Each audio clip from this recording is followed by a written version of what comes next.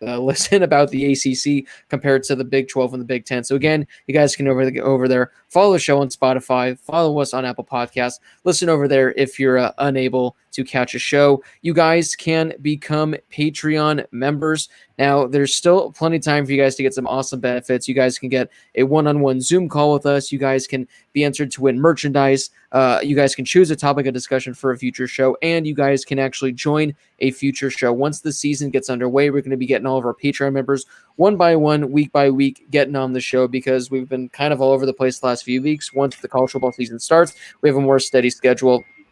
We'll be getting you guys on. You guys can also help the show out via Super Chat. Again, it helps, Josh has a brand new microphone, courtesy of generous Super Chat donations. And on Patreon, money goes to having us on Spotify, Apple Podcasts, putting us on StreamYard, which we're recording at right now. And it helps us continue the show on a week-to-week basis. So again, $1, $2, it goes a long way. Donating the Super Chat. And again, if you have a question, if you have something like to have us talk about, I'm looking at it right now. Over the last 30 seconds, we've had 22 comments. So it's tough to see, all these comments and everything that's going on. But, what we do see is comes from our man, Command, right here. Here's some money to help buy a fire extinguisher, not to save your house, but the fire will be your fantasy football team. So Connor, our man who comes in every week, He's talking trash as always, but yet again, I was looking at my fantasy football team earlier. I'm not too worried about it, Connor. But thank you again. I really appreciate it. So stuff like this, like Connor, it comes up in the bright yellow. That way we're able to see it. So again, it really helps the show out. It really helps us keep doing this on a week-to-week basis.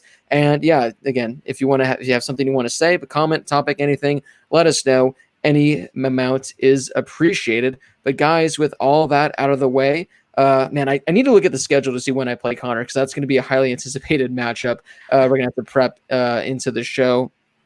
Guys, first things first order of business. We had the official week 0, I want to say, this past week. I don't know if there's any official weeks because we have week 1 this upcoming week, but that's only really ACC teams. So we're just going to play this on a week-to-week basis. But we did have a good amount of games this past week. I don't even know if we want to call these games good from what they were. What were you guys' takeaways from the college football games that we got this past week? And again, it wasn't the best or anything, but we did have college football in some aspect. What were you guys' takeaways from what you witnessed on TV this past weekend? My goodness, was so excited to have college football back, but wow, those were some bad football games. The best was Arkansas State and Memphis, and that was a 14-point game or something like that. But yeah, whatever. I mean, it's college football. We're excited. I really thought that Navy was going to put up a better fight against BYU. But my biggest takeaway of the week is that Marshall is making the college football playoffs, and Grant Wells is the greatest college football player of all time. This dude was unstoppable week 1. There we go. Boy, did you miss out. I mean, this guy was phenomenal. 307 yards, 4 touchdowns. He's fantastic. And he didn't even play the whole game because, they were up by 90. So Grant Wells, watch out for him. He was a 3-star from, I think he's from West Virginia, from Charleston, West Virginia, went to George Washington High School. Grant Wells. Yeah, I mean, that's got to be the takeaway of week 1, right? Is this guy just lit the world on fire? I mean, yeah, Marshall 59-0. There's a couple other okay games, like you said. I mean, the biggest thing is it's nice to have college football back. The military schools doing what they always do and trying to defy the logic of new football by throwing the ball less than 10 times a game to win. Army dominated doing that. Navy did not. They lost by 52 points against BYU. But other than that, yeah, it was just nice to have some college football on the screen. But like it's already been talked about, not exactly cream of the crop in terms of enticing games. One of the big things that we saw in the BYU game yesterday was BYU came in as a -1. They were a 1.5 point favorite. 1.5 point favorite. And how'd that work out for you? Well, I hope on Navy. I hope people took BYU with the points. I will say this though, Josh, you were talking about Marshall. It was a sloppy game, but man, Brady White throws a beautiful corner fade. A beautiful corner fade route. I think he scored 2 of the touchdowns on that. Just 1, 2, drop it in on a bucket. So Brady White, he did a good job there this past weekend. Sloppy first game, but one of the things that I think about the Navy BYU game is Navy. I think they said one of the broadcasters brought up, may have been Kirk. Navy didn't tackle at all before going into yesterday's game. They never did a live period of practice, and boy, did that show. That showed immensely. I feel like there was a late touchdown. There was a late touchdown run. I don't remember when it was. Maybe in third quarter, where the BYU running back broke 4 or 5 tackles on his way to on the end zone. It was just too easy. So no tackling for Navy. Get off the boats and get on the field. Yeah, I remember. Really, not actually. I saw it on Twitter where it was like, yeah, Navy's really taking this whole COVID thing seriously. They're not even trying to tackle BYU. They're trying to stay clear. But I feel like had I known that yesterday, I feel like had anyone known that Navy should not work on tackling anyone, I feel like we could have expected BYU just to slaughter them. And I'm sure a lot of bettors probably would have liked to know that as well. But yeah, I mean, the games this week, as Lyle said, they were not cream of the crowd. BYU Navy was like the best game coming in. Crop. Oh, sorry. Crop. So BYU Navy not very good with phrases. No, I'm not. Back in my day, we had a bunch of different other phrases. So you millennials, man, you guys are coming up with new things. But BYU Navy, that was supposed to be like the best game of the weekend, and it was anything but that. Memphis Arkansas State, I guess that was a pretty good one. The fact that actually Arkansas State kept it pretty competitive. I mean, I thought the game was going to be more than a 13-point game. SMU beating Texas State by only 7 points. I mean, SMU was one of those group of 5 teams that a lot of people thought could potentially make a top 25, not a playoff push, but definitely maybe like a group New Year's Six Bowl type thing. So I was shocked to see them win by only 7. Army, they came out 42-0. Ran, what was it, a 14 minute 12-minute 99-yard drive. I think it was like 14, 16 plays. I think it was fantastic. I thought it was 18. I wish I could have watched that. But I think like in real time, I think it was like 24 minutes long was what the official tally was. So fantastic there. Then of course Marshall, they come out 59-0 over Eastern Kentucky. And I saw some crazy thing the other day where how 4 or 5 years ago, whatever it was, UAB didn't even have a football program. And to kick off the 2020 season, UAB was the first FBS team to pull out a victory, so that was kind of cool. But yeah, it was a 19-play, 99-yard drive that took 12 minutes and 20 seconds of game clock and 24 minutes of real time. So I guess technically, according to ESPN, this past week was officially week 1, and I guess this upcoming week is going to be week 2. So it'll be week 0 for us. But guys, any parting words on that interesting slate that we got this week? And by the way, I mean, what were you guys' thoughts on? Because some of these games, they didn't have fans, just like the Navy BYU game, which, by the way, ESPN, they kind of boofed up, where they had like the on-field mic a lot louder than I think what it should have been. And you especially during the Bill Belichick interview. Yeah, so you could barely hear. But what were you guys' thoughts on watching some of these games? There were a few games that had, I think, like a couple thousand fans in the stands. But I mean, going into it, do you think it made that much of an impact? Now, granted, I'm sure it doesn't really make much of a difference watching Arkansas State, Memphis. I'm sure when you're watching, Alabama, Georgia, having no fans. But then again, since the game's going to be in Bama, I think Bama might just very well have 75% capacity, so we'll not be certain on that. But what were you guys' takeaways on just overall the lack of fans in the stadiums for these games? Well, first and foremost, what I've been saying this whole time since we started talking about this now current season, what was at the time the upcoming season, there's just no there's no leadership. There's no consistency among any of these conferences where you turn on the Navy game, there's not a soul in the stands. And then you turn on the SMU Texas State game and the place is packed. And just like, what? I mean, packed is a term I use loosely. But again, kind of like what Blake said, which you said about the crowd mics turned up. My favorite thing, first play of the Navy BYU game, Navy runs the ball up the middle because obviously, and BYU stops them. And this big linebacker who makes the stop, I thought to myself, this dude's going to get up and just yell as loud as he can. And he just gets up and he's like, Gah! And it like echoed through my house. And I was like, oh, yeah. Called it.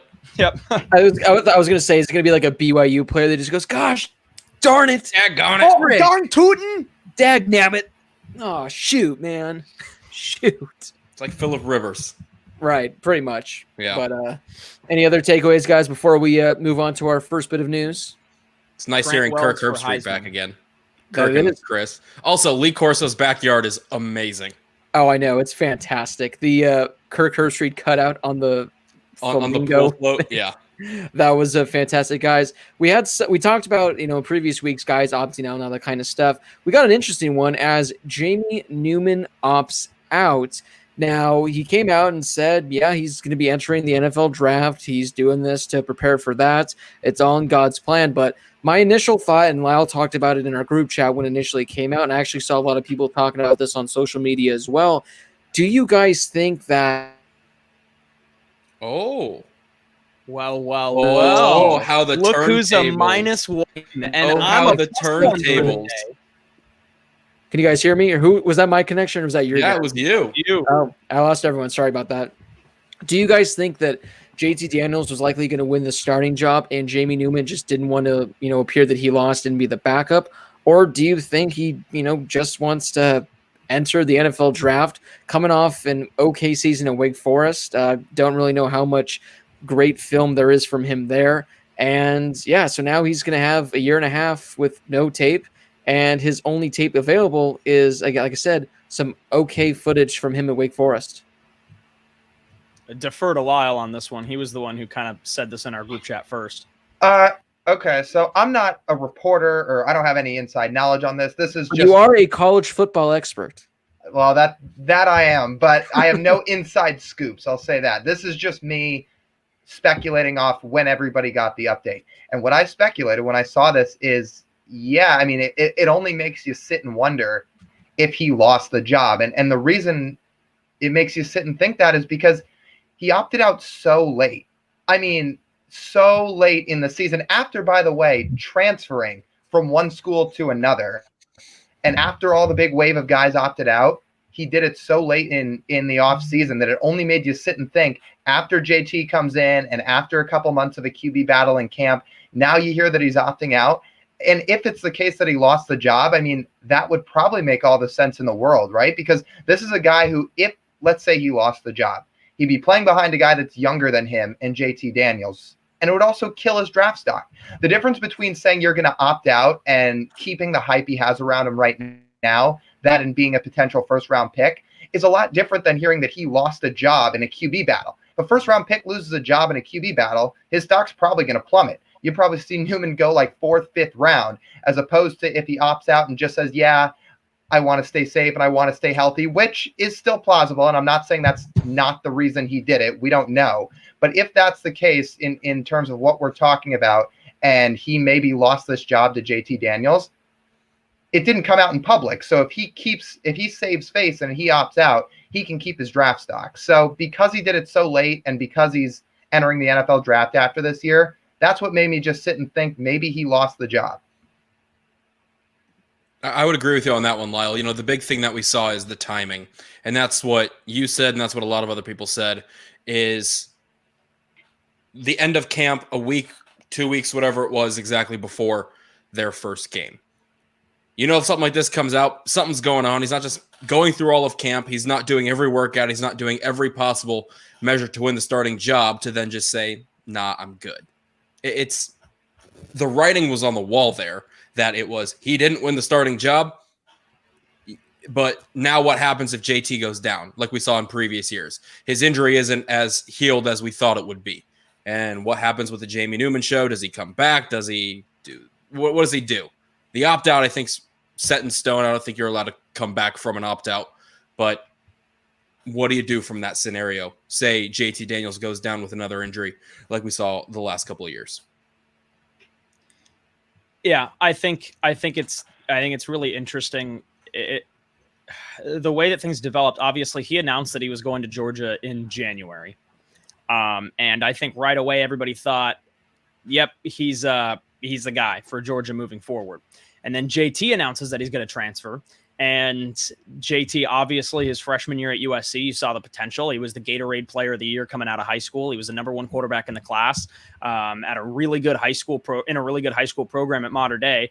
And in his first year, he struggled, but you saw those glimpses of what he could be in the future. And I think that when you toss him into the mix at Georgia, I thought it was going to light a fire under Jamie Newman, and I thought that Newman was going to win the job. And I'm not going to spoil what I'm going to talk about later with the playoff picture for me. But I thought Georgia was going to win the SEC conference this year with Jamie Newman leading the charge.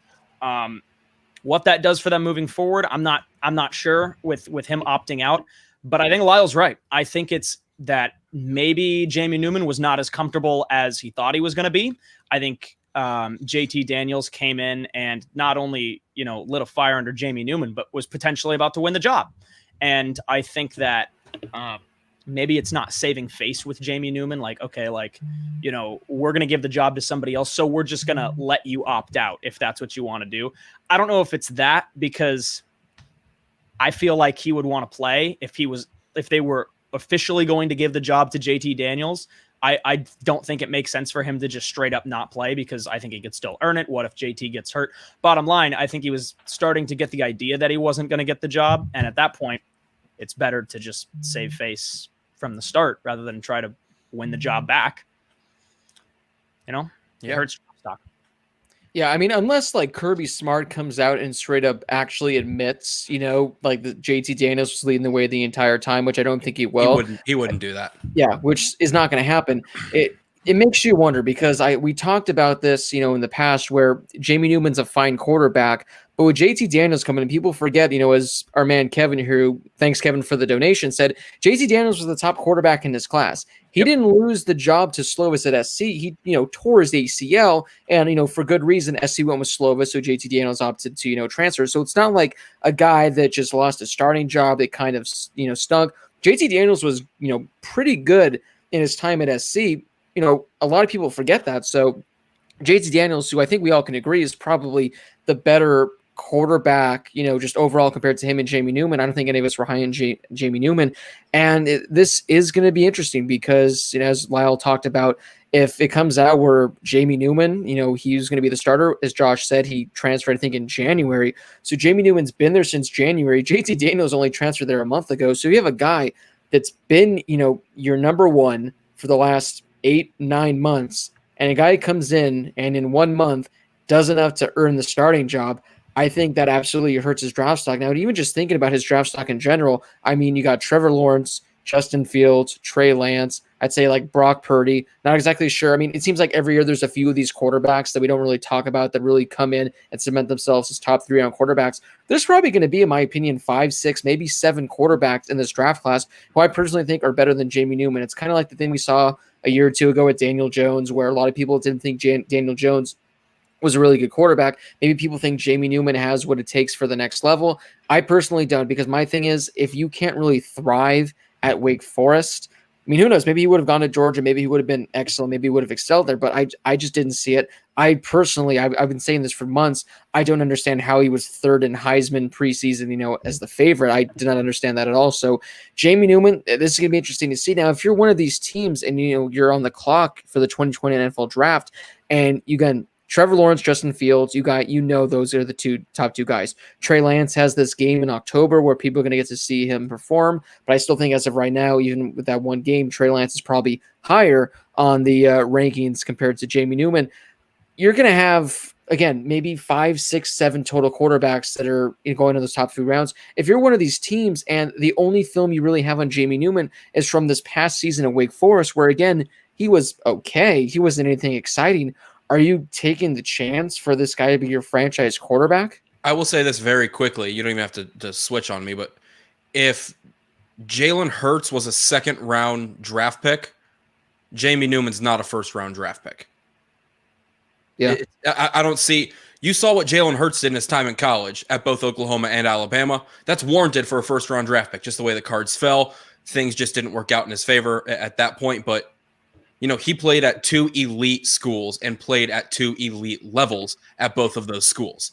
If Jamie Newman's going to go from Wake Forest, be decent, and then go to Georgia and then lose the starting job, there's no way I think he has 1st round. Yes, he has 1st round potential, but right now his stock should not be a 1st rounder. If Jalen Hurts last year, a very comparable quarterback, went 2nd round. I think it's just that Hurts isn't as big. And whether this is right or not in the NFL, big quarterbacks are valued. Jamie Newman's 6'4", Jalen Hurts is 6'1", which is not small, but when you're tall and you have a big arm like Newman, often that's valued. But in terms of Blake's question, if he really wants to keep his stock and he wants to keep it day one, 1st round or even early second. He really needs to have a good combine if there is one, and he needs to have a good pro day if there is one. Because if he's not going to play all year, the only tape you have is off his Wake Forest tape. And if he's not playing, and some of the guys that Blake talked about, you can even throw in another couple names. KJ Costello has a good year, another guy who people think might go in the first round. Even if somebody like Kyle Trask has a good year, another guy people think could go end of the first, second round. I mean, that's game tape that Jamie Newman doesn't have, and that's going to give those guys an advantage. So if this is what Newman feels is best, he's going to need to have a good pro day and or combine. Yeah, I think he definitely had something to prove coming into this season. Just, he was at a Power 5 before. He's at a Power 5 school. He's playing against the ACC, which, we've kind of said is probably if you're going to rank the Power 5 conferences, you're probably ranking the ACC 5th these past couple of years outside of Clemson. But he played very well against top tier teams in college football. And now this was his chance to show what he can do in an elite program running a big time offense. And he's not going to get that opportunity now. So Lyle's right. I think you're going to have to go in and you're going to have a big pro day. But look, I mean, he's bigger than the dude that just got picked first overall. He's the same height as Joe Burrow, and he's got 10 pounds on him. He's a big dude. So I do think that and he's fairly mobile as well. And he's fairly mobile too. He's a heck of a lot more mobile than Joe Burrow is. But again, kind of what Lyle said, he's bigger than Jalen Hurts. So maybe that, if he has a good pro day, maybe he can still be a first round pick because Jalen Hurts was a little bit smaller. But Jalen Hurts was also a lot faster and he was a lot more mobile. So I think that's something to consider moving forward. And also who needs a quarterback and where they're picking. And that's kind of something that Lyle said in the past. Leave it to Bill Belichick to throw one season out the door to, have a really good next 20 seasons, But hey, maybe the Patriots have a good year. They're picking a little bit later than maybe some people think they are, and take Jamie Newman. Maybe you don't need Trevor Lawrence. Maybe you go take Jamie Newman, and there's a guy that's later in that first round. If he still cracks it there, who knows? What would you guys, really quickly, what would you guys compare him to a current NFL player? Like, who would you compare Jamie Newman to? I have no clue, just because I'd have to go back and watch more of his Wake Forest highlights. And I just wanted to touch on, unless these guys have something.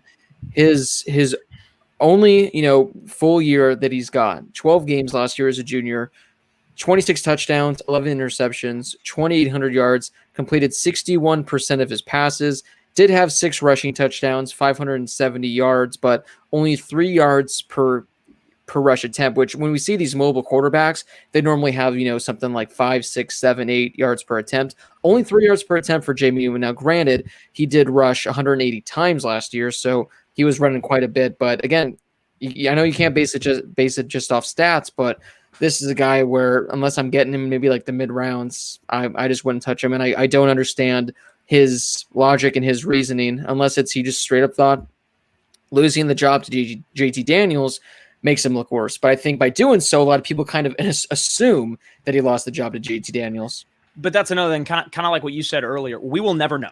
Yeah, I genuinely don't think we will ever get an answer. And if, we never get an answer, as journalists, we're not supposed to assume. We're supposed to try to find out. I'm going to assume that he was probably losing the job and he opted out to save his draft stock. And bottom line, I do think opting out saves your draft stock. And I think that it is less harmful to your draft stock than simply being a backup quarterback and not playing. I think that's better. And then kind of going back to what Brady said, I don't know if there's a right comparison because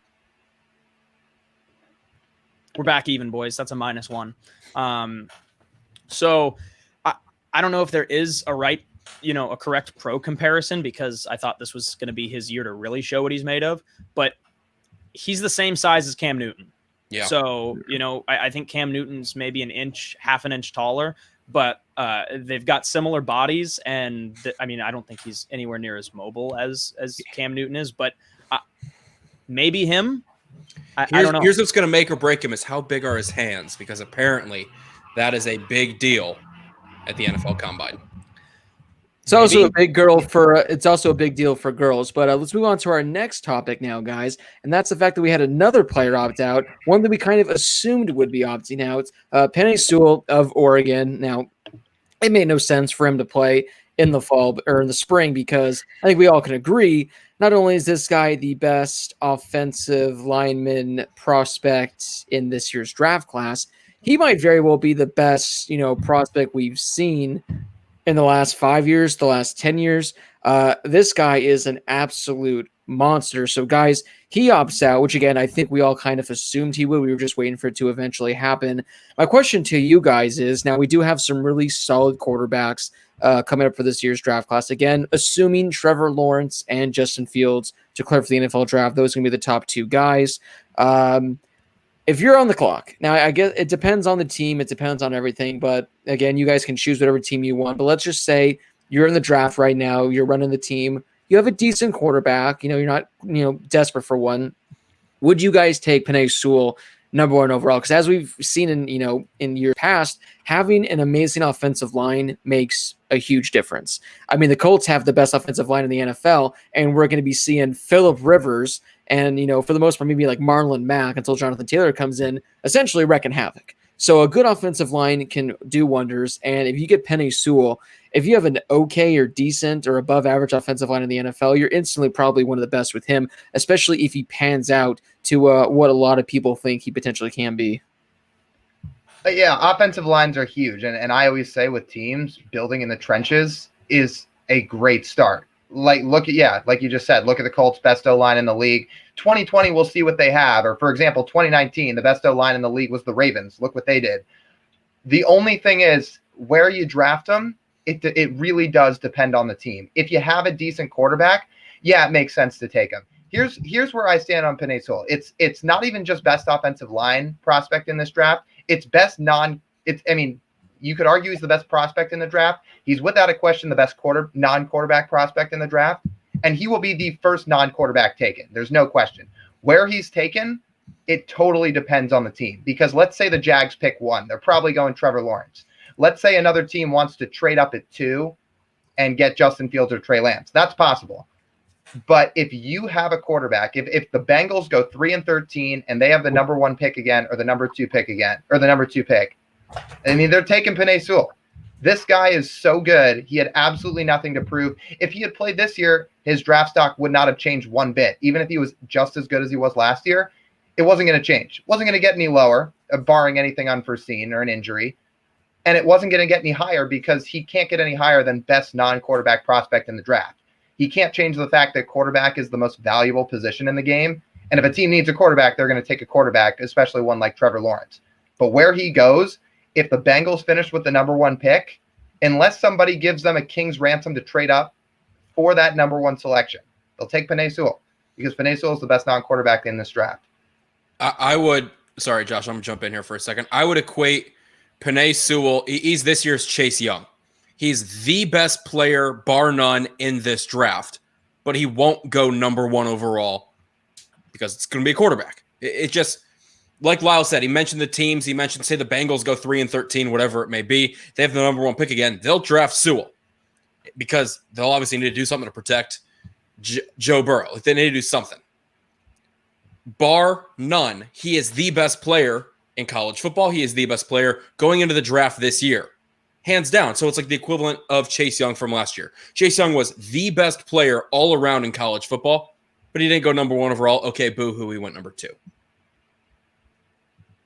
Yeah, best player available. I think if you don't need a quarterback, you're taking Penei Sewell at number 1. I do want to pose the question. I think what Lyle said is absolutely right. I don't see his draft stock going down at all. If they had played this year, I mean, he would have had to have been unbelievably awful and gotten benched for his draft stock to go down at all. And that was not going to happen. That's tough.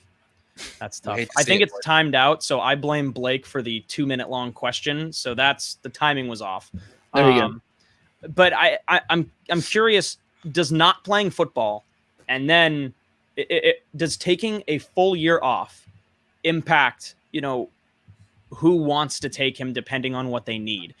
I say no. If you don't need a quarterback, you take him with that pick if you have it. But are there going to be teams out there that say, all right, we've got a pretty good offensive line already. We also don't necessarily need a quarterback. We could go somewhere else. Is it worth adding to our offensive line by taking Penei Sewell, considering he has not played a football game in 12 months? Is that a legitimate concern?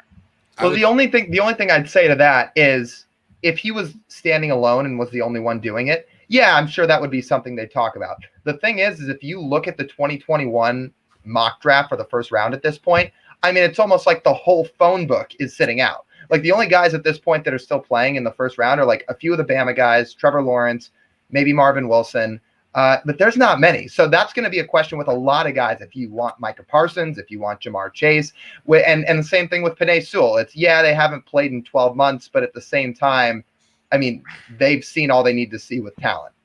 I think he'll be okay.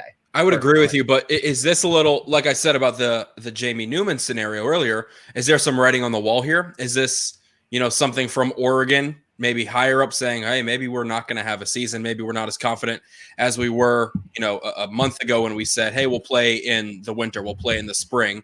Is this a writing on the wall that the Pac-12 could be going for another downfall and could be pushed back even further? That would affect some of these higher level guys. Obviously, like Lyle said earlier, we don't have sources. This is just speculation. Well, I mean, I don't think so. I think Penei Sewell is again by far the best, where he's guaranteed to be a top. Unless for whatever reason it just goes Lawrence, Fields, Lance, then he'll be number 4. But I can't see that happening. I think he's guaranteed to be top 3. There's no reason for him to play, especially in the spring. I mean, you're playing in the spring, that's going to mess everything up. You're not really competing for anything aside from maybe a Pac-12 title. At least had Oregon played in the fall, they'd be in contention for a playoff spot, which I think they would have been. So for Penei Sewell, I don't personally, I mean, I understand it. I don't see what the reason is to play. Again, with Trevor Lawrence and Justin Fields, Justin Fields, he's playing in the spring, which again, I don't know why you'd want to play in the spring. Trevor Lawrence, at least he can compete for a national championship. He can compete for a Heisman Trophy. That one I can kind of understand. But Penei Sewell, again, he's guaranteed to be a top 3, top 4. I still think number 1. I wanted to get a few of these teams up, guys, because I went up and got the win total projections for this upcoming season. They currently have the Jaguars at 4.5 wins. Let's say that they go 4-12 and they get the number 1 pick. But let's say Gardner Minshew looks somewhat decent. I mean, he didn't look awful last year as a rookie. Let's say he comes out, throws 3,500 yards, 25 touchdowns, 15 interceptions or so. And again, let's just say the Jaguars, they go 4-12. If Gardner Minshew looks pretty decent, are you, Jacksonville, do you then just use your first overall pick on a guy like Trevor Lawrence, on a guy like Justin Fields? Or again, do you take Penei Sewell number 1, build that O-line, maybe with your second round pick, or you can trade up and get another first, take, a guy like Travis Etienne, take a guy like Chuba Hubbard, then you establish already your offensive line with Penei Sewell, get a solid running back, which they desperately need considering that their options are now Chris Thompson, Raquel Armstead, and do you ride it with Gardner? Again, this is assuming Gardner comes out and he looks like he could be a top 15, 20 quarterback in year 2. Yeah, absolutely. Go ahead. Sorry, I was just going to say absolutely. I think you have to, because if you're not a great team, and if Gardner Minshew has a decent year, and you think that if you can bolster that offensive line, give him some more offensive weapons, then maybe he could be a legitimate NFL quarterback, then yes, I say go for Penei Sewell. Here's the issue. I think that Trevor Lawrence or Justin Fields, I don't know about Trey Lance yet, but I've seen a lot more Fields and Lawrence. I think those two guys could step in and be Jacksonville's quarterback over Gardner Minshew. I could be Jacksonville's quarterback right now. That's fair. Over Gardner Minshew. But if he has a good, because also he's a lot smaller than they are. If he has a good year and they're just not a great team around him, then I say, look, the best way to succeed at this point is to get better on the offensive line if you've got a decent quarterback. And then after that, go out and get a better running back, kind of like what Blake said, because then at that point, you've got a quarterback who's been solid. You've got a better offensive line. And then you've got another offense. I quit. I quit. But then, yeah, I think I say yes. I say take a chance on Gardner Minshew if he's been good. If he's been all right, you take a chance, you stick with him. I'm not a huge loyalty guy. I mean, I guess I am, but that's not like my top priority. But look, if he's been good enough and Penei Sewell's there, why not get Penei Sewell? Take a chance on Gardner Minshew. He's one of the only returning players to the Jaguars this season, so you might as well just, they believe in him enough to keep him around. So I'd say yeah. You have to. I'm on the other side of this coin. I say no. I think the only way that Minshew sticks as a starter, I'm sure he'll stay as the backup. I think the only way he sticks as a starter is if he like makes a Pro Bowl or is somehow like an All-Pro.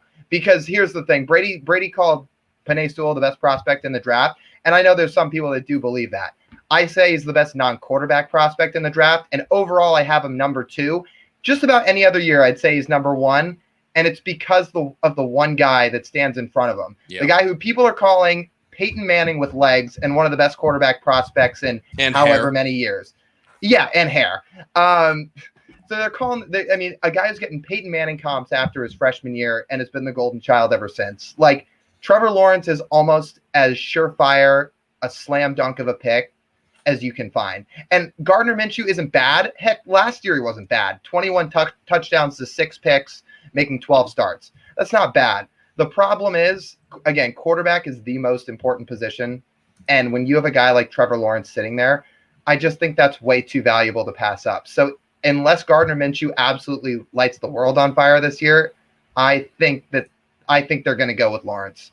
Let me hop in here real quick. And one reason why I think they can't, if they're there and you take Penei Sewell, they have 2 first-round picks because of the Ramsey trade. So if you have that early pick with Penei Sewell, and also, who knows, I don't think the Rams are going to be very good this year. So go Rams. I don't think the Rams are going to be very good this year. Yeah, with pride. No, Ram pride. I don't think the Rams are going to be very good this year. I don't know where that first-round pick's going to be, but let's say that it's maybe top 15, maybe. I think the Rams are around 500. So let's say that they have 2 picks within the top 18. Why not take Penei Sewell with whatever that first pick is, and then with that second pick, see where Trey Lance is at, see where Jamie Newman's at, see where any of these other quarterbacks are going to be at by the time the season's over. The Jordan Love scenario. Why not? And then there's some competition for you, like exactly like what they did with Jordan Love in Green Bay. I have 2 things I want to bring up before we move on for this topic. So last year, Lau kind of briefly went over it.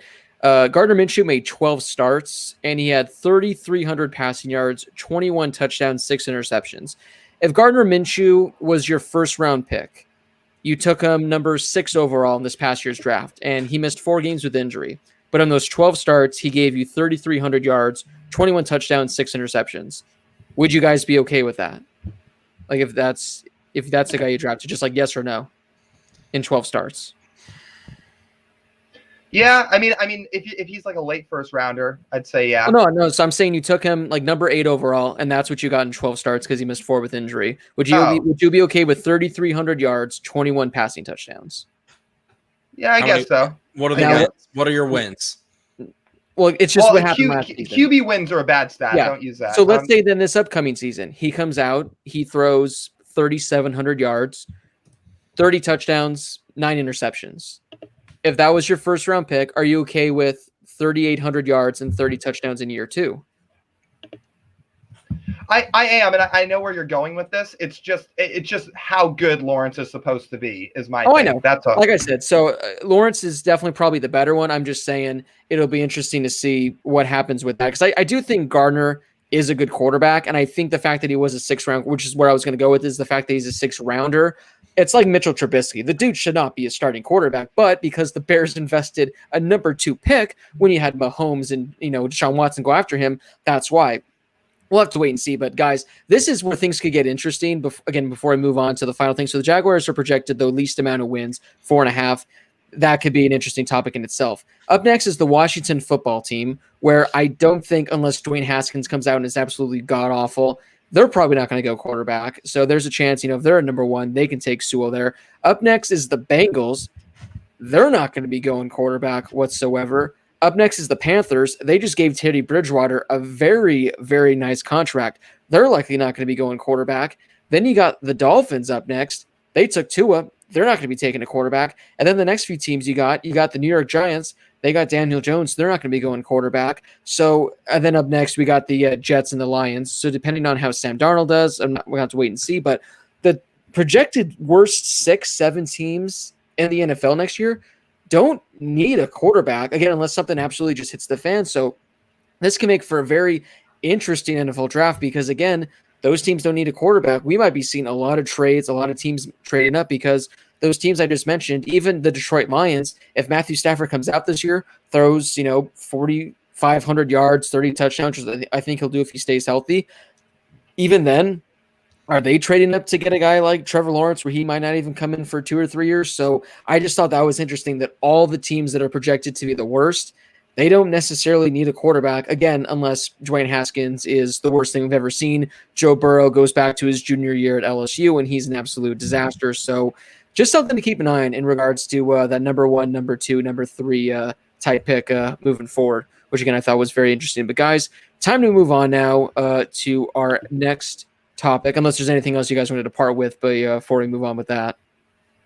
Well, that I was just going to quickly say that kind of thing. You can play that game every year with the teams who need quarterbacks and who don't. That usually by the end of a season, things can play themselves out where one of those teams will probably need a quarterback just off of results. But right. there always is trades too.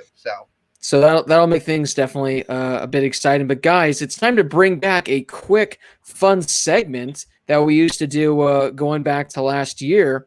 And that is Blake's Bets. Now, for those of you longtime viewers of the show, essentially we did a thing called Blake's Bets where I gave you my 5 solid bets, can't miss bets of the week. And then because we referred to Bovada in the description, a bunch of our shows got taken down because YouTube is awful and they don't want to promote betting. But we're going to promote betting anyway. So if you guys are, interested in making some extra money, if you guys are interested in betting, none of us here, condone, offshore betting or anything like that. But if should legal in Indiana, so I don't know what you're talking about. Yeah, some states it's legal. Some states it's legal. So guys, if you guys want to make some money this week, these are the 5 games that I highly encourage you put some money on. So will you tweet these out as well? I might tweet these out as well. These are the 5 games I got, guys. First one, I got Miami -14 at home against UAB. My next one, I got Baylor Louisiana Tech over of 57.5. I got Clemson -33 at Wake Forest. I got Duke +20 at Notre Dame. So Duke +20. And my final one, this one might be shocking to some people, I got Kansas -7 against Coastal Carolina. I think Kansas can not only win the game, I think they can win by a touchdown. Wow. Over the Chanticleers? Over the Chanticleers. So there are Blake's bets. And every week I'm going to go in and we're going to go back and say how I did. So I think the last time we did it, I was like 5 or 6 above 500. So not only was I getting half of them right, I was getting more than half. In regards to betting, if you're above 50%, you'll take that any day of the week. All right, guys, it's time to get into the fun now. I'm sure a lot of people have been wanting to hear our thoughts, hear our opinions, hear our takes. It's the title of this video, for crying out loud. Who are your picks to win the Heisman Trophy in a weird 2020 college football season? Obviously, no Big Ten, no Pac-12, no Mountain West, unfortunately. No Big Sky, so unfortunately, no Aggie can be making a strong push this year. So a few guys that could have been Heisman, contenders off the list right now. I was telling this to Josh before we go. This can be your 5 players you think are going to make it. Like me personally, I have 7, and it's not anyway like 1 through 7. They're just 7 guys who I have making it. So again, we're going to go 1 to 1. You guys can again go 5 through 1. You think 5, 4, 3, 2, 1. 1 has the highest chance, 5 not having as much of a chance. Or again, it could be these are the 5. It doesn't even have to be top 5. It can be just your 3 you think have the best chance of winning the Heisman. So guys, Heisman picks. Who wants to kick things off with what we got? I'll go first. What? Not all at once. Oh, okay. I will go first. And Blake, you did 7? I did 7. Seven guys who I think can win the Heisman. Okay, so I just wanted to be clear. So I jotted down 7 as well. And I ranked them. So I'll start with 7. And this is not like somebody who I don't think is good. It's just simply who I think is most likely to get an invite to New York. So at 7, I have Spencer Rattler. I think that a lot of people are high on him. We haven't seen much of him. But I do think that in that system, Oklahoma, Lincoln Riley has showed every year that he's been there, he can have an elite quarterback, and he can turn a quarterback who might have struggled in the past or might have needed a second chance and turn them into a Heisman contender. And Spencer Rattler's not necessarily a guy that needs a second chance. This is his guy and has been his guy since he was in high school. I think he develops him well, so I've got Rattler at 7. Sam Ehlinger, I think he's going to put it together like he did last year, so I like Sam Ehlinger at 6. Number 5, this is one of 2 Oklahoma State Cowboys on the list, and I've got Tylan Wallace at 5. I think if he stays healthy, I think he's got a great quarterback throwing him the ball, and I think he's on an elite offense, so I've got Tylan Wallace at 5. Number 4, here's kind of my shocker, is Trevor Lawrence. Number 4, I've got Trevor Lawrence at 4. I don't know. I think that they're going to be blowing out a lot of ACC teams, and I think that he's not going to see as much action as he even did last year. I think he's going to be really good, but I think that maybe there are going to be some other guys in college football that are more explosive, because we kind of talked about this on past shows. What else does he have to prove? I think he's the top quarterback in the country, at least of all those teams playing. So is this his year to win the Heisman? Sure, because it's his last, obviously. But I'm just not expecting him to have inflated numbers, or as inflated as some of the other guys on this list. Number 3, Sam Howell. I think he's the number 1 guy at North Carolina. I think he's right up there with Lawrence for the best player in the ACC. Hopefully he'll show what he's made of to a lot of the doubters out there. Number 2, Travis Etienne. I think he will have more inflated numbers than Trevor Lawrence at Clemson. And then at number 1, I've got Chuba Hubbard. I think he's legit. I think he's the real deal. He is my number 1 guy to win the Heisman, or the most likely to win the Heisman Trophy this year, in my opinion. I think he's a good runner. He's a good pass catcher, whether he's setting up outside or coming out of the backfield. He's the guy. I like Travis Etienne a lot. I'm going with Chuba Hubbard number 1. And I know that our guy, Andrew Coster, in the comments says that he wants his Clemson shirt back. I'm sorry, buddy. I wore it yesterday. So I was repping, and somebody asked me why I was wearing a Clemson shirt, and I supported Clemson 100%, but I'm not saying Trevor Lawrence is not going to be good. I just don't think he's going to, I think he's going to be good. I think he'll get an invite. If there is an in-person invite, I think he gets one. I don't think he wins a Heisman. Well, I think before we move on, I saw something. I don't know what the actual number is, but I think it's like 7, 8, 9 years or something since the preseason Heisman favorite actually won the Heisman. And especially the last 4 to 5 years, it was just some really, underdog type guys. So although Trevor Lawrence is the favorite, it's been a while since the favorite has actually gone on to win the Heisman. So yeah. Okay, so I had 5. I have Chuba Hubbard at 5, and the reason being, if this is off who we expect to win, I've talked about this on a show previously. Jonathan Taylor's numbers last year were better than Derrick Henry's when Henry won the Heisman. Taylor didn't even get an invite. This is a quarterback award, and whether people like it or not, that's what it's become. And I just kind of understand that, and that's why Chuba, as good as he is, I have him at 5. De'Ara King, I have at 4, and maybe some people think that's a little bit high, but I really think he's going to be good for Miami this year, especially after what he did before coming to Coral Gables. So I think De'Ara King's going to light it up this year. Sam Howell, I have at 3. He had an amazing freshman year. People expect North Carolina to be good, and he's going to be leading the charge. It's Spencer Rattler, I have at 2, and I know I had Chuba higher on my Big 12 player list than Rattler, but this is just based off what Lincoln Riley's done with quarterbacks, and this is his guy that he gets to develop. It's not a transfer, and he was the number 1 quarterback recruit in the country coming in. So the hype on this guy is as high as any of the guys that Lincoln's had so far, and I'm banking on a 3,000 plus 30 plus yard, or 3,000 yard plus 30 touchdown season at least for Spencer Rattler. And then I have Trevor Lawrence at 1. I think Clemson's going to go undefeated. I think he's going to be the big reason why. I think they're the number 1 team in the country. I like it. I have 6/7, not including Justin Fields. It's 6. Big 10 plays, Justin Fields right back in the conversation. I think we can all pretty much agree with that. At 6, and yes, I have some obscure ones in here. Don't you guys worry. It's a trend for me. Don't you worry. At 6, I have De'Ara King. I think he's going to do a great job at Miami. We saw how enjoyable and how fun of a player he was in years past. And with the new Miami offense, Miami's always throwing something at you. Doesn't matter if they're good or bad. They're always throwing something at you. I think De'Ara King. At 5, here's one of my first crazy ones, Mac Jones.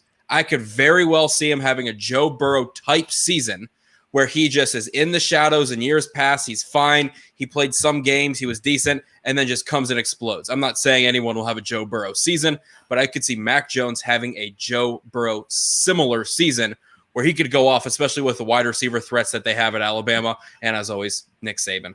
4, I have Sam Howell. I think we all pretty much touched on that in shows prior to this one. He's the second best ACC quarterback behind Trevor Lawrence. At 3, I have Spencer Rattler. I think everyone are pretty much already touched on that. 2, Travis Etienne. Lyle brought up the stat comparison compared to the Jonathan Taylor stats, and he's one of the most dynamic players in all of college football on the offense side of the ball. He's been so explosive, and obviously he's going to be a big factor of that offense with some of the missing pieces that they have from opting out. And then number 1, I have Trevor Lawrence, just pretty much solidified at that spot. But 1B is Justin Fields if this Big Ten deal gets done anytime soon.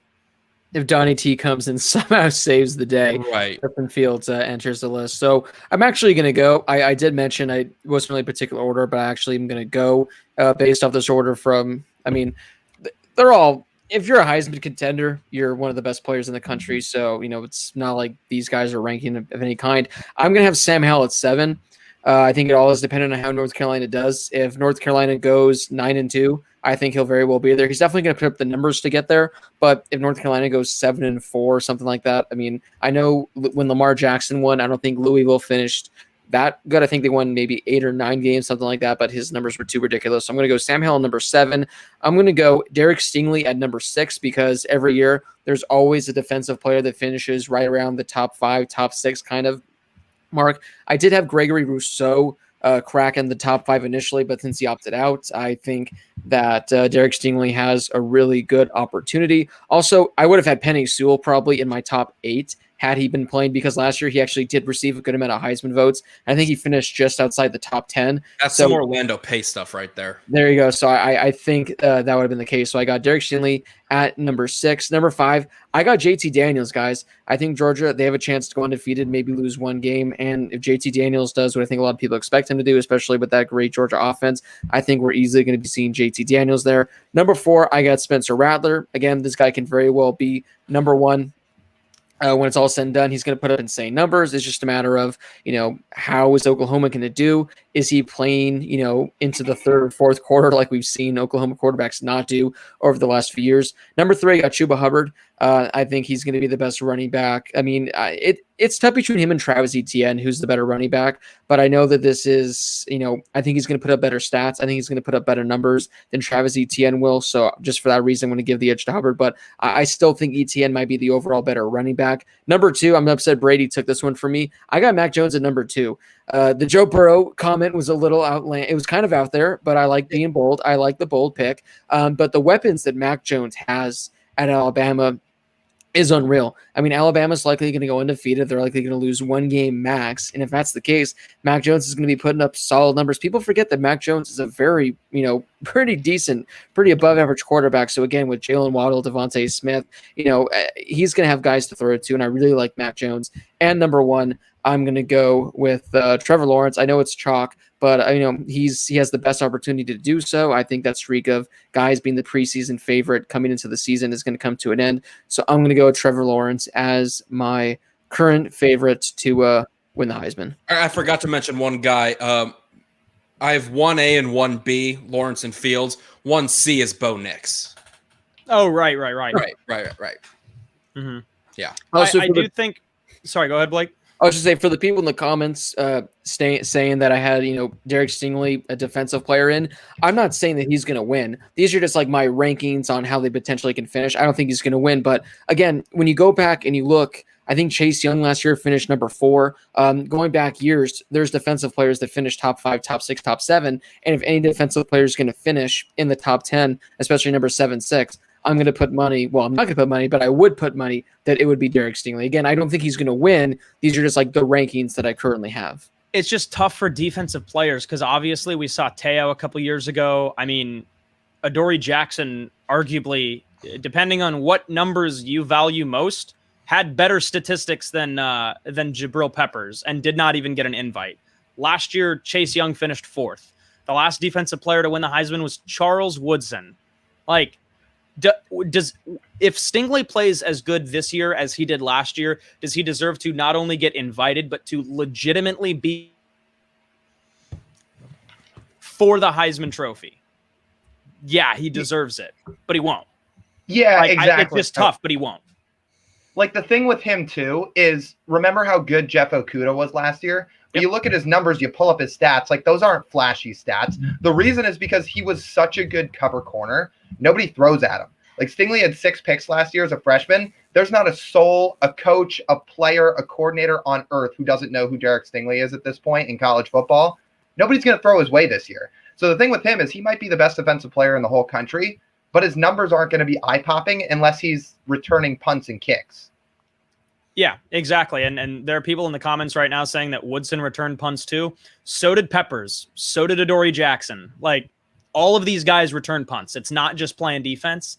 I mean, Chase Young wasn't returning punts, but Peppers and Adoree Jackson were both on punt returns and kick returns and were elite and were not actually considered for the Heisman Trophy. And it's tough. Do they deserve it? Yeah, but I mean, Peppers was invited, wasn't he? Yeah, he was. Yeah, he was invited. But I mean, he didn't play on the offensive side of the ball. Adoree Jackson did, and he didn't even get an invite. And can you guys tell that I'm still upset about that, by the way? Because I am. But, Stingley, he's going to return some kicks too. But I just don't think that him getting there is legitimate. Should I have put him on my list? Absolutely. Like, I think it's a great pick by Blake. I heard I don't think he's considered. Yeah. I don't know. Yeah, it's a good pick, but it's again, like, the Heisman's a quarterback award at this point. That's what's tough. So a lot of guys that are deserving of votes don't always get them. Yeah, I don't know. I heard something. It was on Twitter, I think. Maybe I'm trying to find like an article on it. I heard there was some rumor that Derek Stingley would be taking offensive snaps for LSU this year. I don't know if that means at running back or wide receiver, but if he can come out, do what he did on defense and finish the year with maybe like a punt return or a kick return touchdown or two, maybe have like 30 catches for a couple hundred yards and 2 or 3 touchdowns, maybe have like a rushing touchdown or 2, something like that. He definitely has to have some offensive production, but if the rumors are true that he's going to be doing that, I think he very well. Again, he's not going to win unless it's just some historic season where he's absolutely unbelievable, which is going to be tough because no quarterback's going to be even throwing his direction at all. So it's not like he's going to be having 20 interceptions, 20 pass deflections, something like that. Again, this is just, I went back, and I think essentially, with the exception of 1 year over the last decade, there's been a defensive player that's finished in the top 10 of Heisman voting every year. And I think like 6 or 7 of those years, it was top 6, which again, he's not going to be winning it. But if any defensive player is going to be finishing top 6 or so, I think it could be Stingley. But guys, are you guys ready to stir up some more controversy and talk about who our picks are to make the college football playoff? Because I think this is going to be a fun one. Yes. So whoever wants to get this started, be my guest. I'll start because I'm very, again, vanilla and boring with these picks. I've Clemson at I know I am, but I just think these are the best teams. Why am I'm hearing myself echo in somebody's thing. I don't know why. Anyway. Who's not wearing headphones? No. Well, anyway, I have Clemson at 1. I have Bama at 2. I have Georgia at 3, and I have Oklahoma at 4. Like, with 3 conferences, you're guaranteed to get 2 teams from the same conference, and I think this year it's going to be the SEC. All right, I'm going to hop in here, and I'm going to get some hate for this one. Sorry, Lau, can you go over yours again real quick? I have Clemson at 1, Bama at 2, Georgia at 3, Oklahoma at 4. Okay, so Oklahoma. So we've got 3 major conferences in college football this year. So you've got 4 teams and 3 conferences. I've got 4 teams and 2 conferences. 5 conferences. I thought he was about to say I got 4 teams from the same conference. Dude, honestly, no, okay. But look, I've got Clemson at 1. That one's easy for me. The Georgia pick scares me a little bit with Jamie Newman opting out. I was really expecting him to be the starting quarterback. I'm not saying that JT Daniels isn't going to be good because he seems to be the front runner right now. I know I saw something recently that nobody has actually really stepped up yet now that Newman is out, is what I saw an article say. I didn't look too much into it because I don't know, it didn't make a lot of sense to me. But yeah, assuming that Daniels is cleared before the first game, he's going to be the starting quarterback and he's going to be good with the rest of that team around him. It's also worth pointing out that 2020 Georgia is a lot better than 2018 USC. I'll tell you that right now. I've kind of flipped what I think for my SEC prediction. I think Alabama wins the SEC now, regardless of who the starting quarterback is. So I've got Clemson at 1. I've got Alabama at 2. Here's where things get fun. I've got Notre Dame at 3. Oh boy. Yeah, so I've got Notre Dame at 3. I think I played that pretty well. We're going to move on. Notre Dame at 3. That's my hot take this year, is that Notre Dame's getting in at number 3. I think that they do really well in the ACC. I don't think that a loss to Clemson is going to keep them out, so I think they get in at either 3 or 4. And number 4, sorry, Oklahoma fans, I've got Georgia. I think Georgia gets in. I think a loss to Alabama in the conference title game is not going to ruin their season. I think Georgia can get in if they continue to play well the rest of the season, regardless of who the starting quarterback is, outside of a conference title loss to Alabama. So that's my hot take. I wanted to be a little bit different with it this year. Oklahoma's losing some guys. I don't see anybody else in that conference stepping up and making it to the college football playoff. And like I said when we did our Big 12 preview, I think Oklahoma State finishes second in the Big 12 this year. I think Texas is right behind them. Those two are a toss-up for me. Neither of those teams are going to make the college football playoff. It's going to be Oklahoma or it's going to be nobody. So I think that when it comes down to it, are you going to be looking at an Oklahoma team that maybe kind of, goes off against some Big 12 teams, but is still losing a lot of guys from last year's team? They're going to be losing their top receiver too. Running game, what are you going to do with the running game? You've got a brand new starting quarterback. I think Spencer Rattler's good, but I think I am more confident in a Georgia team that does not win the SEC and a Notre Dame team that does not win the ACC to make the college football playoff over a Big 10 or a Big 12 champion Oklahoma. So that's my hot take. We'll see what happens. Wanted to be a little different, and I'm going to stick with it. So I got two things really quickly. First thing, we got Kevin coming in. What happened to Marshall making the playoff, Josh? Look, it's tough. This was a game time decision as of about 6 minutes ago. I had the way that I was going to have my top 6 ranked out were Clemson, Bama, Notre Dame, Marshall, then Georgia, and then Oklahoma. And I just thought, you know what? I think that I think that Georgia is going to have more weapons around their quarterback than ultimately Grant Wells has around him at Marshall. So, it's tough. I think they just barely miss out. But Marshall, they're going to figure out a way to go 14-0. We are Marshall. We are Marshall. I just wanted to say, though, about the Clemson Notre Dame, which that's fine. I like it being a hot take. I'm just trying to figure out how that could potentially happen, because you had Clemson at 1. So I'm assuming then they go undefeated the entire way. So that means if they go undefeated the entire way, Notre Dame is losing to them twice. And Notre Dame's not even winning their conference, which, there could be a lot of chaos. Notre Dame could be that dominant. I'm just trying to figure out how they would both make it in. So here's my thing. I don't think anybody in the SEC is undefeated this year. I don't think anybody in the Big 12 is undefeated this year. So whether or not Notre Dame beats Clemson in the regular season or in the ACC title game, which I think they play each other in, I think that you can make an argument for Notre Dame to make the college football playoff. Maybe if they have 2 losses, depending on what the other conferences look like, depending on what their conference title games look like, that's going to be kind of up in the air for me. But ultimately, Short Round pointed it out right here. Somebody who's controlling this, go ahead and put that comment up on the screen. I'm calling for chaos, boys. Look, I've said for a long time, I don't know if playing college football is the best thing because of the environment of everything that's going on right now and the fact that a college football playoff berth, let alone national championship, is going to be controversial. So if we are making the playoffs and we do have 3 conferences playing, give me utter chaos, because at this point, there is nothing about this season that is going to surprise me. If a 2-loss team gets in, I will not be surprised, nor will I be surprised if 2 of the 3 conferences if one of the 3 conferences is not represented in the college football playoff. Okay. Like I said, it very well could happen. I was just trying to figure out how it could happen. I think it would have to be like Notre Dame would have to beat Clemson in the regular season, and then probably things Clemson would beat things would Notre have to Dame change. in the title Yeah. game. I mean, again, it could happen. It's Mhm. just I don't think it will.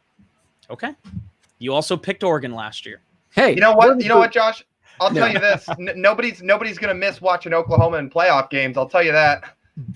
Well, You know what? but And then then when I was doing this today, I had Oklahoma in, and I decided to take him out because regardless of what of who gets into that playoff, I think Oklahoma is not good enough to win the national championship, regardless of how good Spencer Rattler is.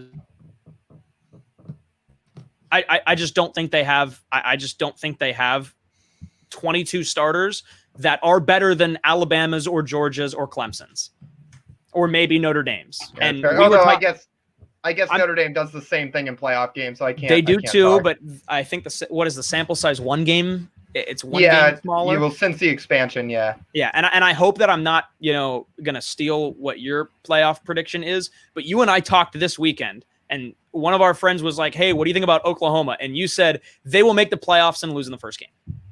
So, but not Hot 2020 because 2020 is a weird year. So let's get weird and have Oklahoma actually win it all. But No. Brady, let's go to your picks. Mine's short and sweet. I'm kind of like Lyles. I have Clemson at 1, Georgia at 2, Bama at 3, Oklahoma at 4.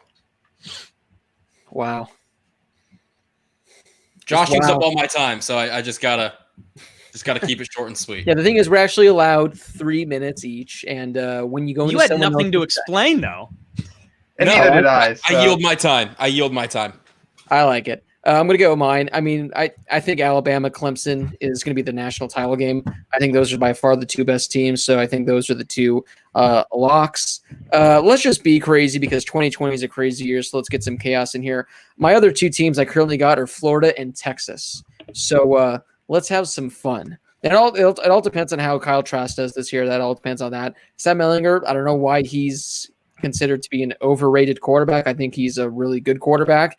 And someone's coming out of the Big 12. It's just a matter of, is it Oklahoma? Is it Texas? And I got the edge to Texas for the very reason I had Michigan in last year, and that's the fact that they're due. But again, hey, you could go chalk. You could go that. Brady's probably going to be right. Brady's probably going to go 4 for 4. But hey, when Florida and Texas both make it, I'm going to go back to this clip, post it on Twitter, and brag about how I was right. And you guys were all wrong. How's that sound? Perfect. Sure.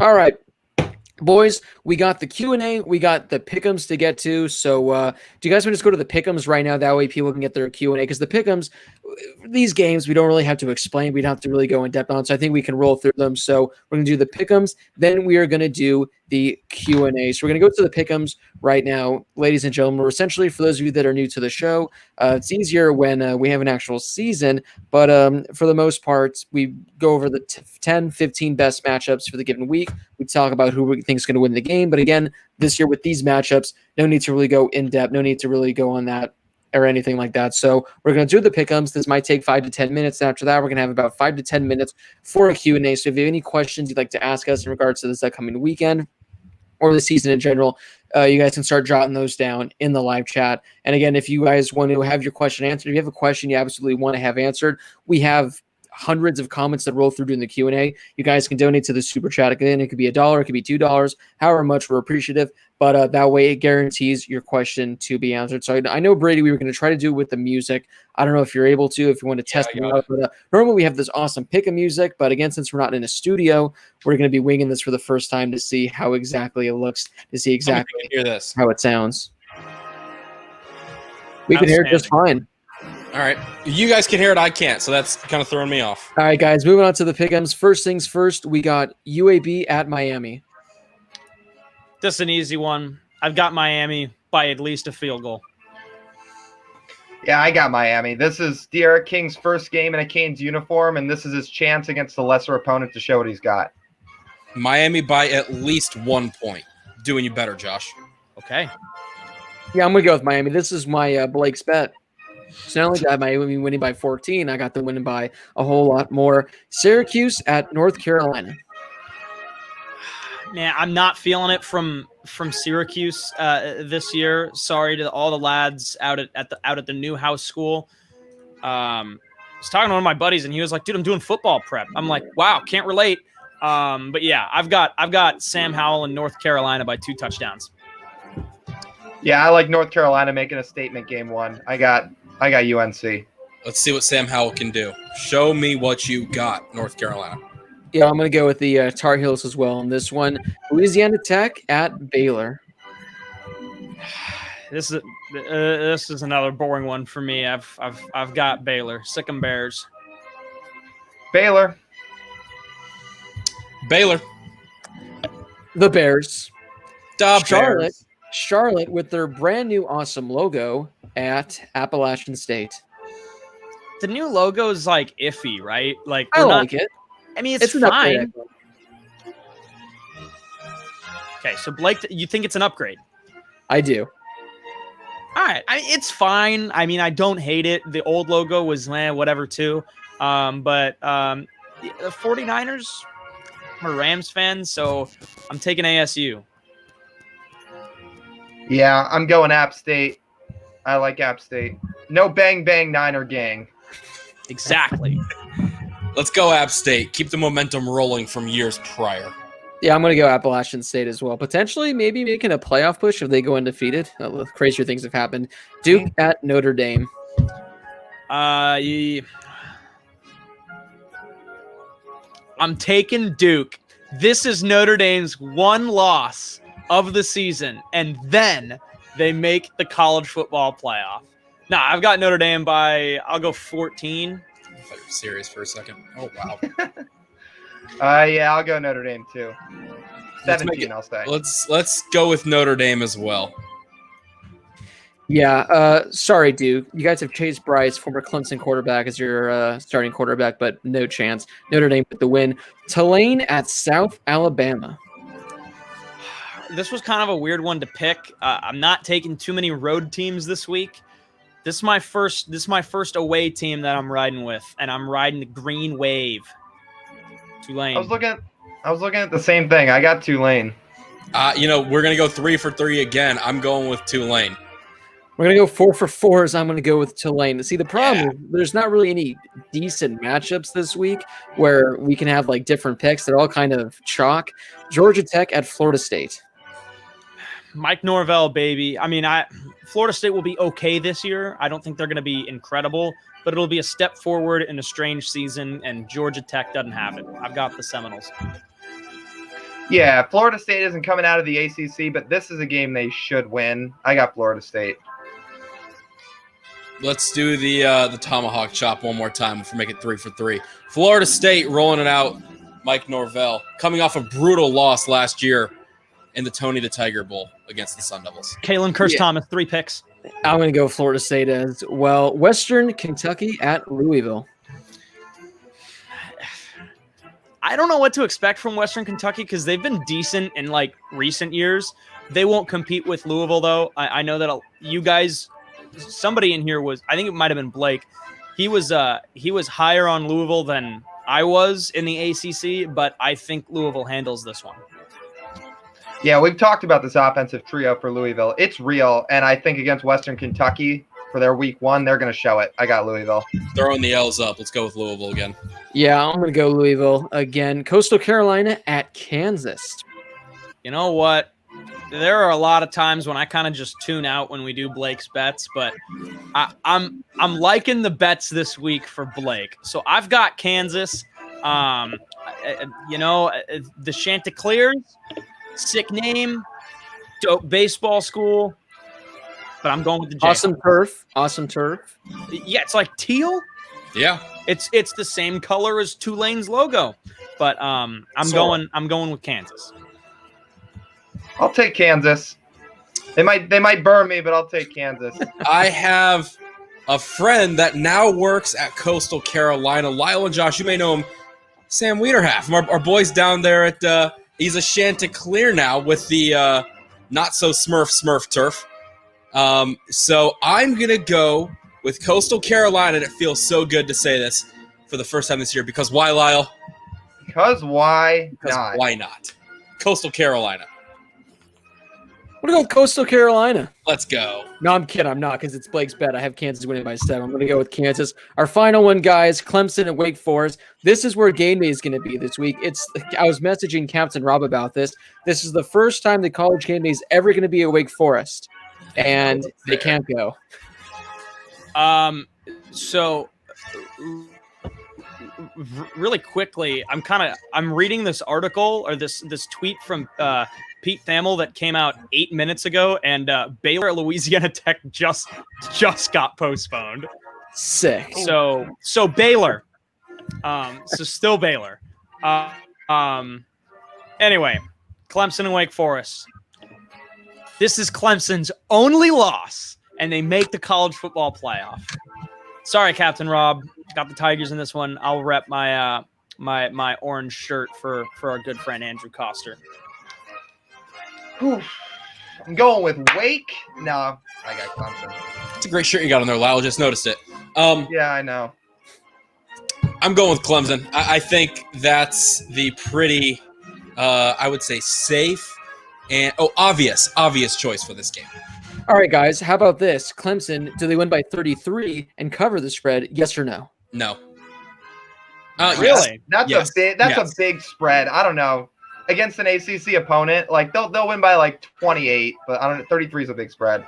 For game one, you think Dabo's going to run up the score? Yes. No. I'm going to say yes. I don't. I'm going to say they cover. Yeah. Yeah. All right. I'm going to go with Clemson, and we're going to cover as well. But that does wrap up our pick'ems. Again, as every week goes on, we're going to give our scores. In 4 years at ASU that we did this, all 4 of us won. We didn't have someone win twice, so every year was someone different. So we'll see how the streak moves on. I think Brady won last year, right, Brady? You won the final year?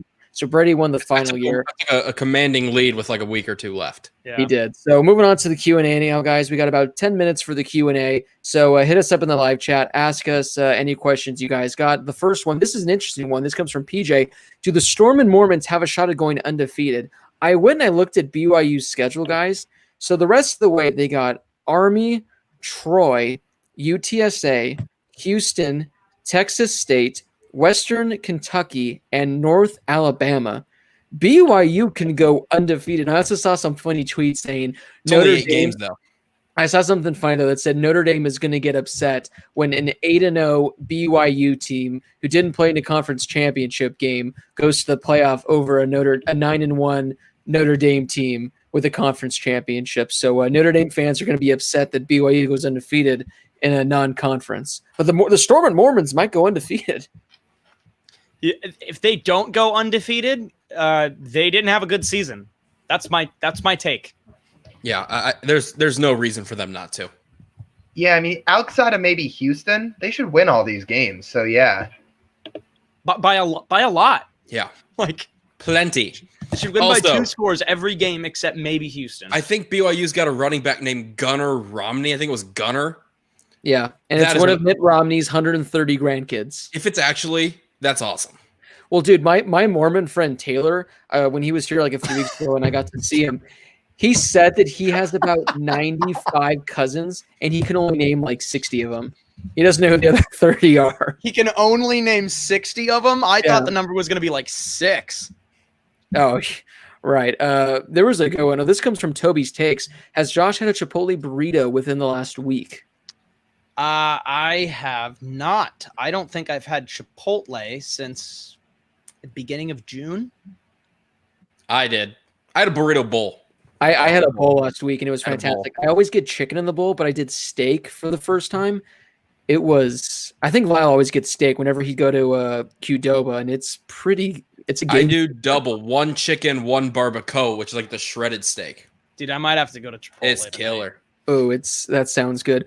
Nolan wants to know, would you pay $60 to watch Oklahoma against Missouri State on pay-per-view? Seriously, why? Not a chance. No, I did not miss college football that much. Like, First of all, no. Second of all, no. I will give you. I would pay 2 quarters, which I should be equates to paid 50 cents to watch $60 to spend 3 hours of my time watching Oklahoma against Missouri State. Like, no.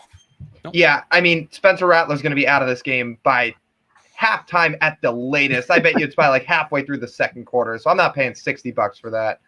This is an interesting one, guys. The first part, yes. Second part, we know the answer. Owen, should the Cotton Bowl Classic move back to the Cotton Bowl? If not, should the Rose Bowl move to SoFi? Well, I think we all have a collective agreement on what the second part is, but the first part of the Cotton Bowl going back to the original Cotton Bowl.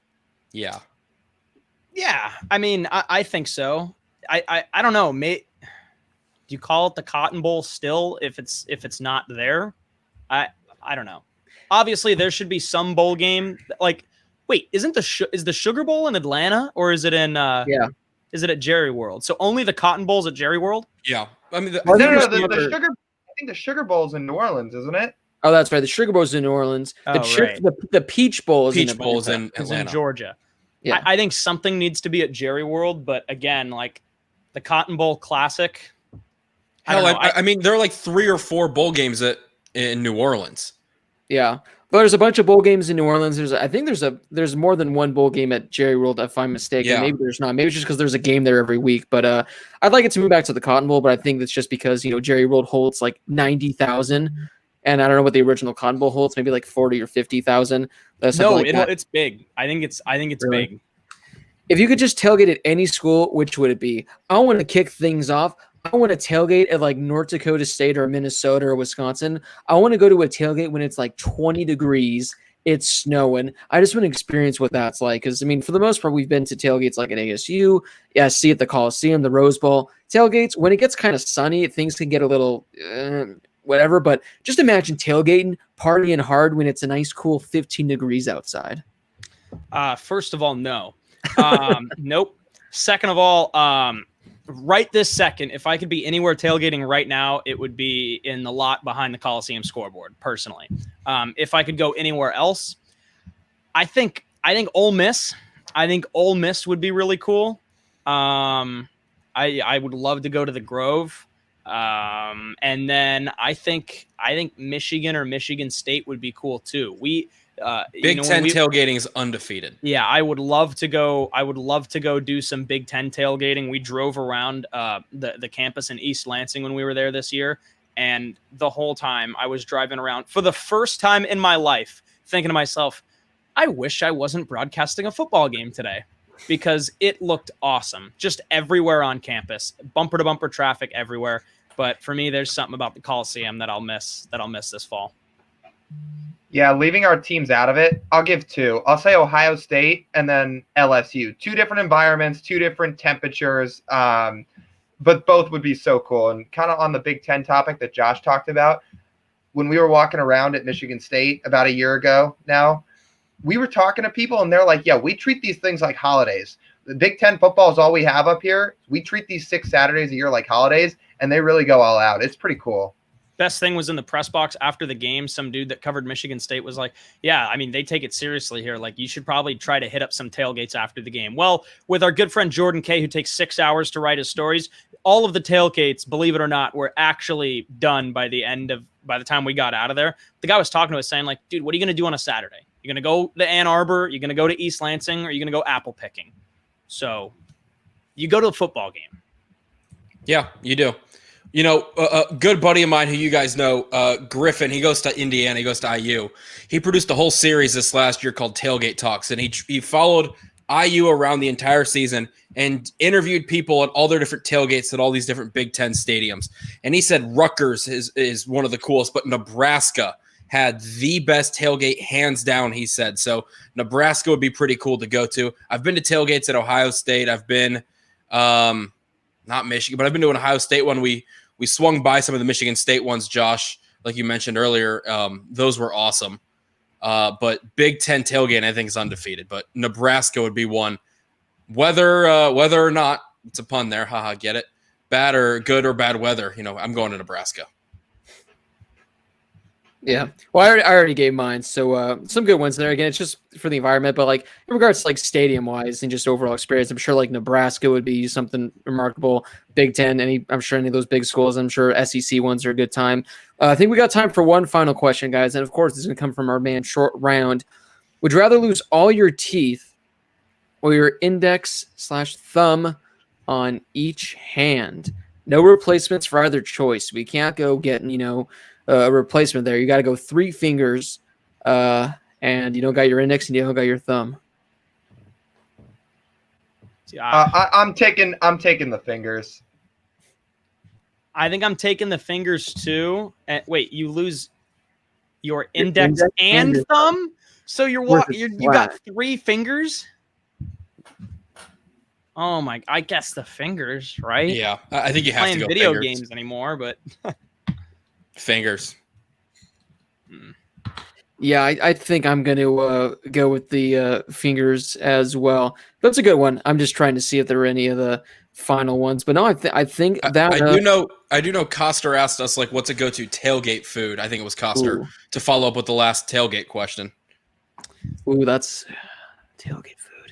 you can never go wrong with a good burger and good, typical, grill food. My neighbor whose backyard I'm looking at right now, we'll tailgate with him at SC, and he makes fantastic ribeye. Ooh. And we eat it with our hands and pick it apart. Fantastic. But from a nostalgia purpose, I will miss ordering a pizza or going. Damn it. I will miss ordering pizzas or getting some canes with you guys before the game, before we all mob over to the stadium. But if not that, then the ribeye. Those are good answers. Yeah, I think anything off the grill, burgers, chicken, steak, hot dogs, all that stuff is pretty typical tailgate food. What about the I like all that stuff. What about the combos? Oh, you gotta have a big combo. No, I mean, like you guys said, a good burger off a grill, a hot dog's pretty good, but there's something about nachos that just does it.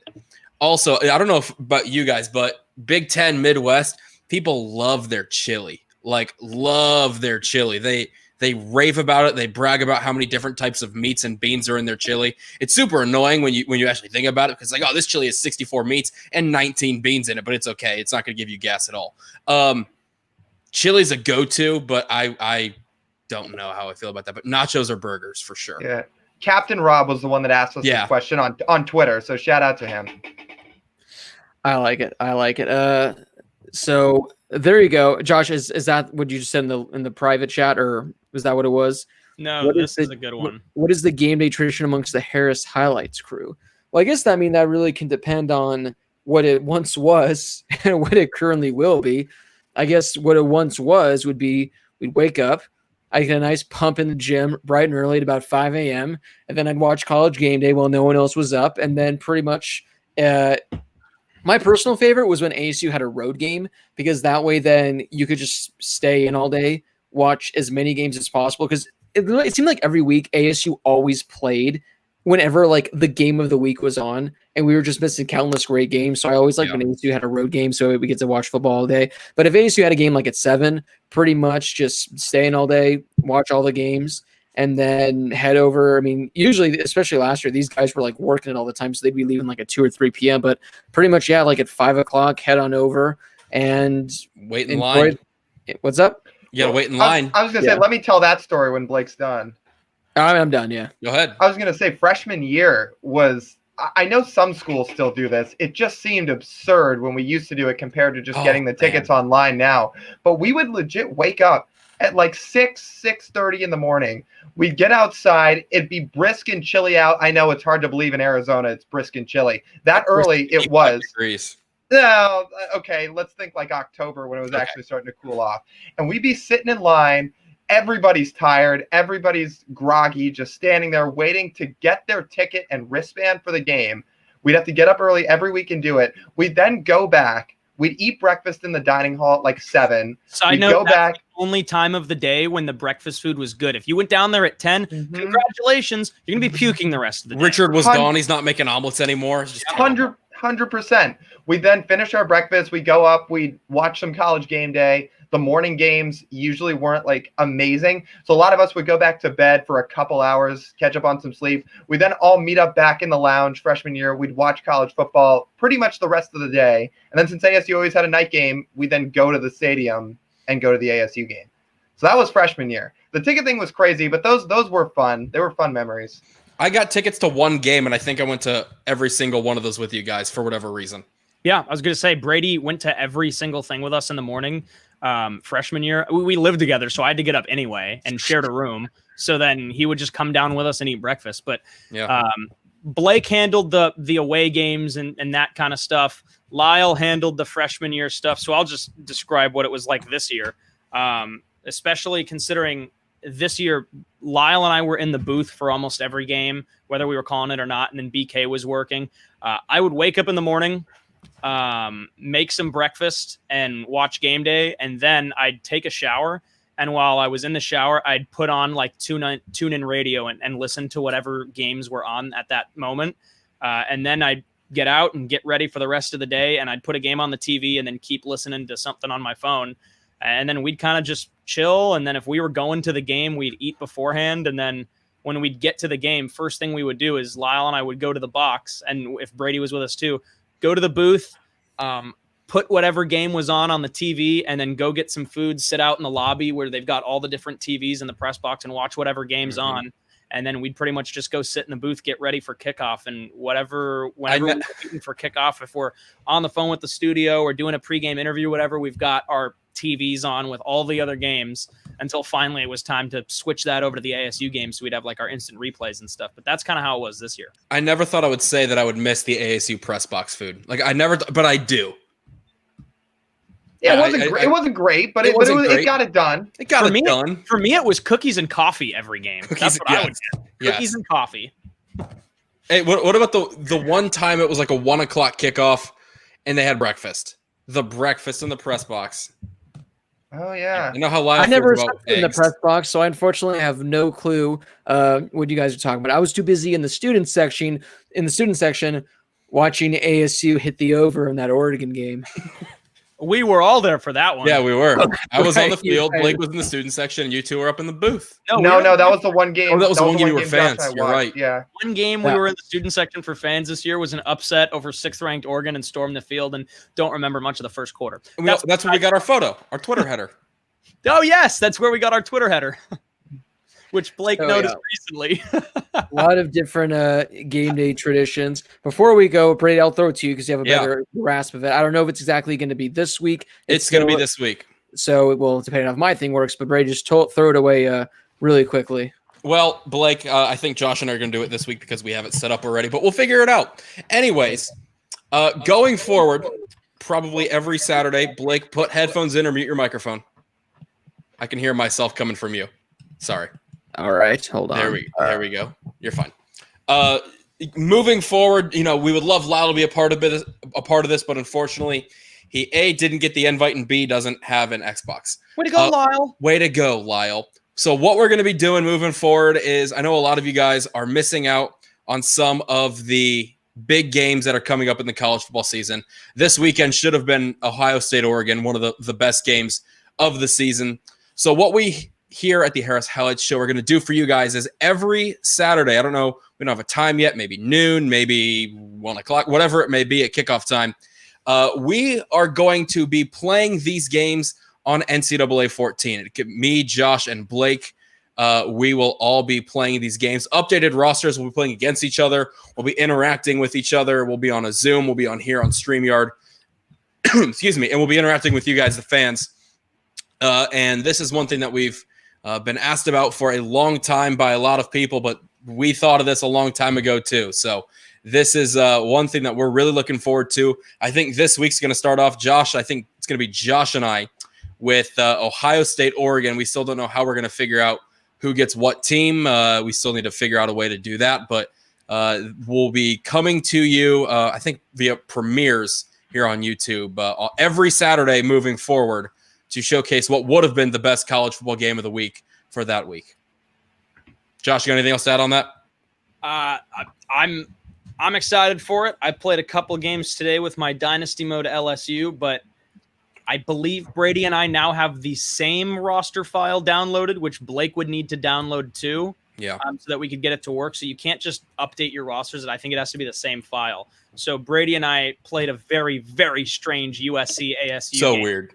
with like Jaden Daniels returning punts. Like it was just really strange. So we think we got that sorted out, and we're excited. I mean, we haven't done anything like this before, but we've been talking about doing it for a long time. So, and now it definitely helps that we kind of had this idea, and then people have bombarded us in the comments asking for us to do it. So there was our confirmation. That was everything we needed to try to get this up and running. So we're excited.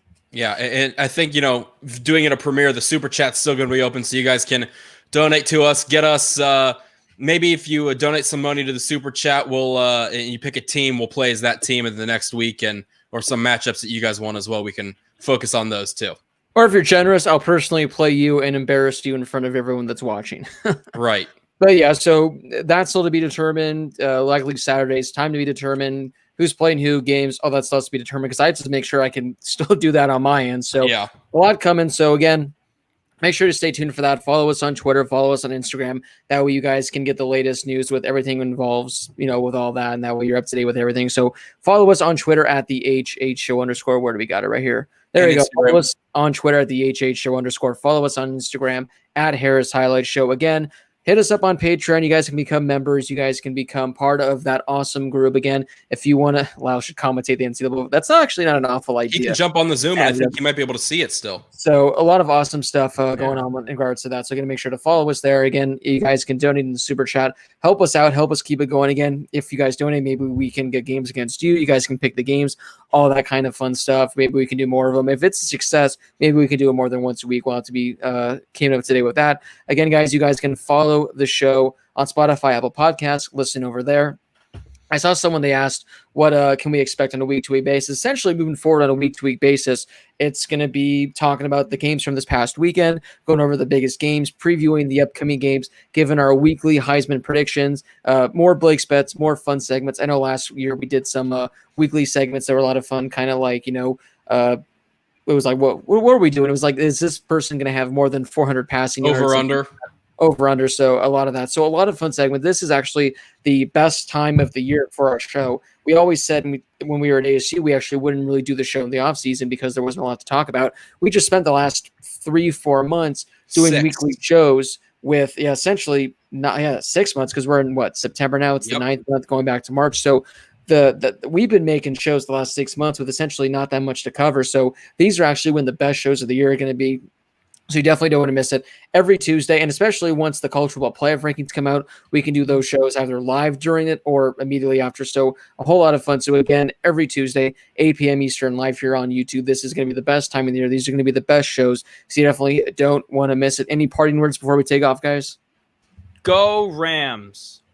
NFL season kickoff this week. NFL season kicks off. We're going to be giving our fantasy updates as well. It's going to be a whole lot of fun. But for Josh Schaefer, Lyle Goldstein, Brady Klein, this has been Blake Harris. Follow us on social media. Help the show out on Patreon. Listen to the show everywhere you possibly can. And we're going to see you guys right back here again next Tuesday night at 8 p.m. Eastern.